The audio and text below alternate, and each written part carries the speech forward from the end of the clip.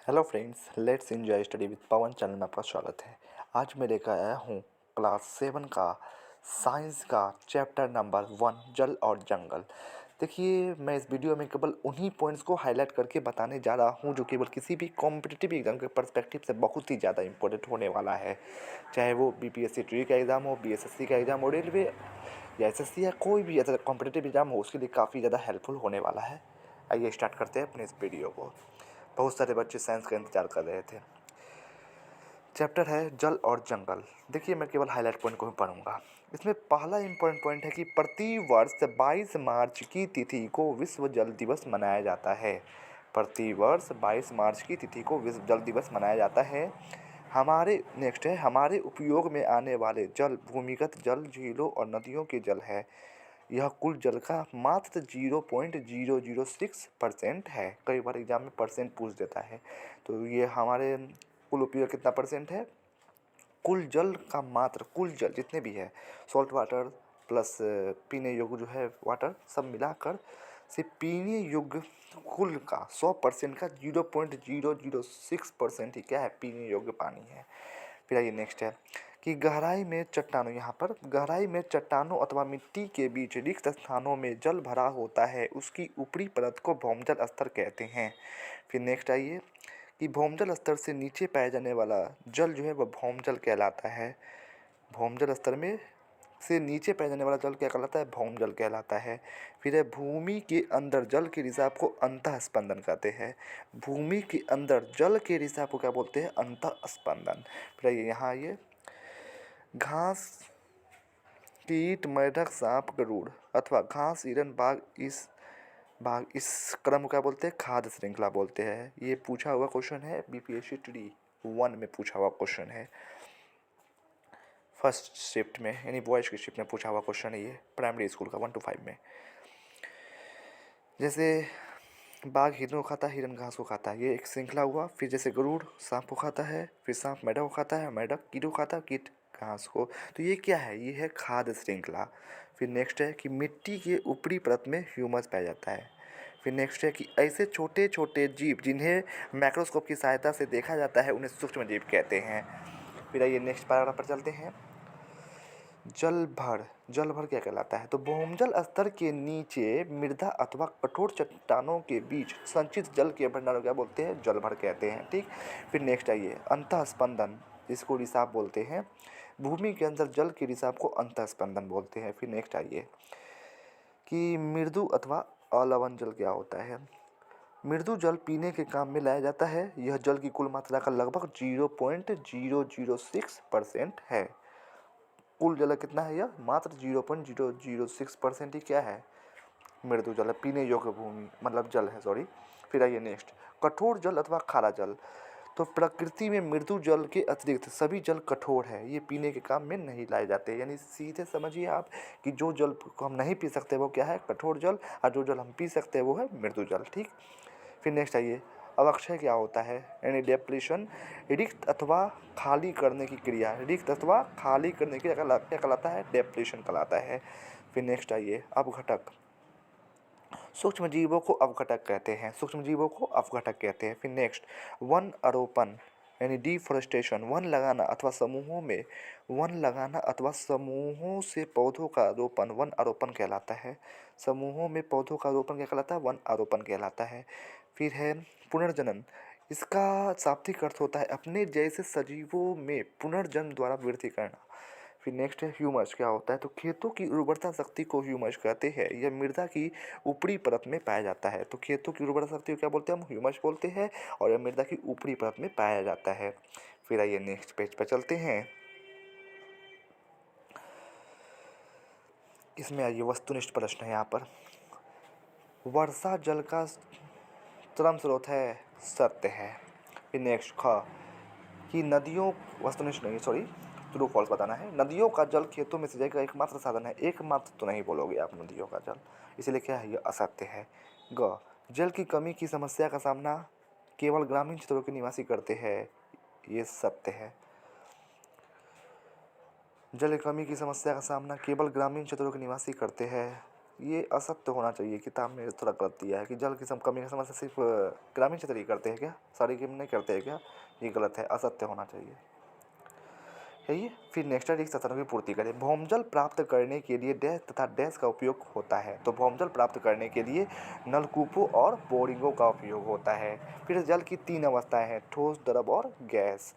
ग में भूमि की जल धारण करने वाली परत डैश कहलाती है। तो भूमि की जल धारण करने वाली परत जो है जलभर कहलाती है। घ है वन शुद्ध करते हैं डैश और डैश को। तो वन शुद्ध करते हैं मृदा, जल और वायु को। चौथा क्वेश्चन आइए, वन में शैवान, पत्तियां और जंतु डैश को समृद्ध करते हैं। तो वन में शैवान, पत्तियां और जंतु वन को समृद्ध करते हैं। फिर है सूक्ष्मजीव द्वारा मृत पादपों प्रक्रिया से डैश बनता है। तो सूक्ष्मजीवों द्वारा मृत पादपों प्रक्रिया से ह्यूमस बनता है। आइए नेक्स्ट पेज पर चलते हैं। यहाँ आइए नीचे कि प्रतिवर्ष किस तिथि को विश्व जल दिवस के रूप में मनाया जाता है। तो अभी आपने पढ़ा प्रतिवर्ष 22 मार्च की तिथि को विश्व जल दिवस के रूप में मनाया जाता है। फिर आइए नीचे, पीने योग्य कुल जल का मात्र कितना प्रतिशत है। तो पीने योग्य कुल जल का मात्र 0.006% है। अंतःस्पंदन किसे कहते हैं। तो भूमि के अंदर जल की दिशा को क्या बोलते हैं, अंतःस्पंदन कहते हैं। फिर 12वां क्वेश्चन है कि मिट्टी की ऊपरी परत में क्या पाया जाता है। तो मिट्टी की ऊपरी परत में ह्यूमस पाया जाता है। फिर आइए नीचे चौथा क्वेश्चन पे, सिंचाई के लिए 3 पारंपरिक स्रोत के नाम बताइए। तो सिंचाई के लिए 3 पारंपरिक स्रोत कौन कौन से हैं, रहट, ठोस तथा मटकुआ। आइए फिर नेक्स्ट पेज पर चलते हैं। कठोर जल क्या होता है। तो वह जल जो साबुन के साथ झाग नहीं बनाता है उसे कठोर जल कहते हैं। ठीक है, वह जल जो साबुन के साथ झाग नहीं बनाएगा वह कठोर जल होगा।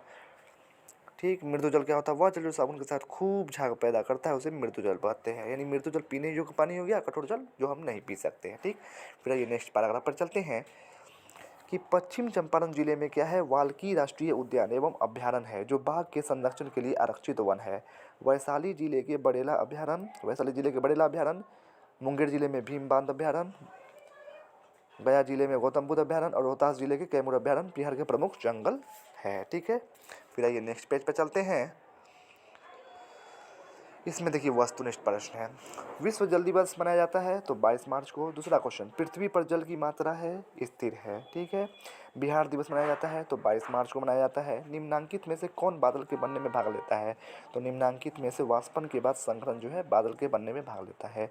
5वां क्वेश्चन, निम्नांकित में कौन सुखाड़ से संबंधित नहीं है। तो निम्नांकित में से पर्वतीय बर्फ का पिघलना जो है वह सुखाड़ से संबंधित नहीं है। 6वां क्वेश्चन, पेयजल कुल जल का मात्र 10% है। तो पेयजल कुल जल का मात्र 0.006% है।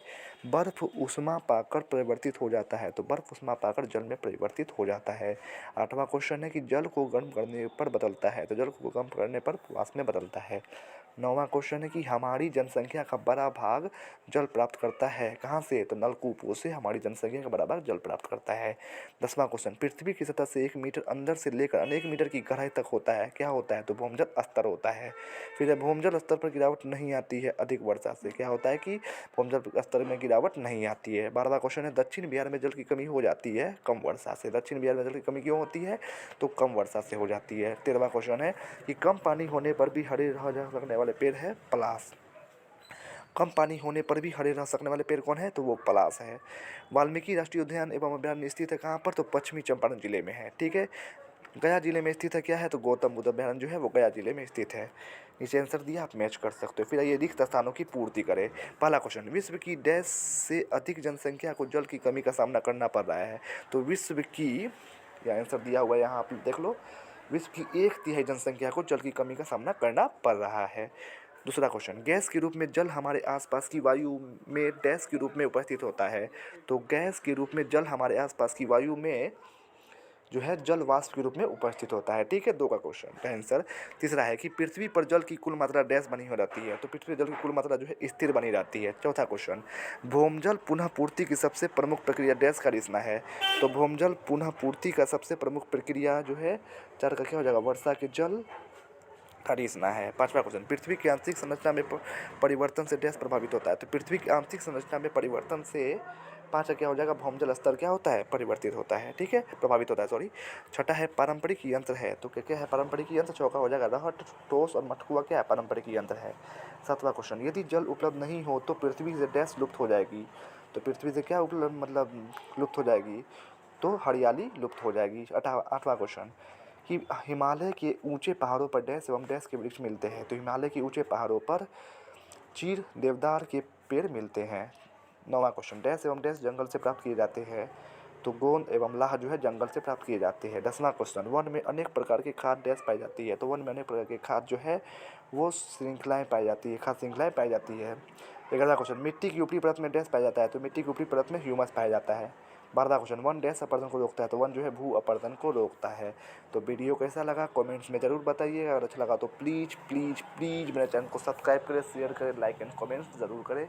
बाकी मैं क्लास 6 का सारे सब्जेक्ट का हिस्ट्री, ज्योग्राफी, सिविक्स और साइंस का भी प्लेलिस्ट बनाकर अपने channel let's enjoy study with Pawan पर डाल दूँगा, वहाँ जाकर देख सकते हैं, या फिर मैं उसका लिंक अपने डिस्क्रिप्शन बॉक्स में डाल दूँगा, वहाँ जाकर भी देख सकते हैं। बाकी क्लास 7 का भी हिस्ट्री, ज्योग्राफी या सिविक्स का प्लेलिस्ट का लिंक मैं अपने डिस्क्रिप्शन बॉक्स में डाल दूँगा, वहाँ जाकर देख सकते हैं।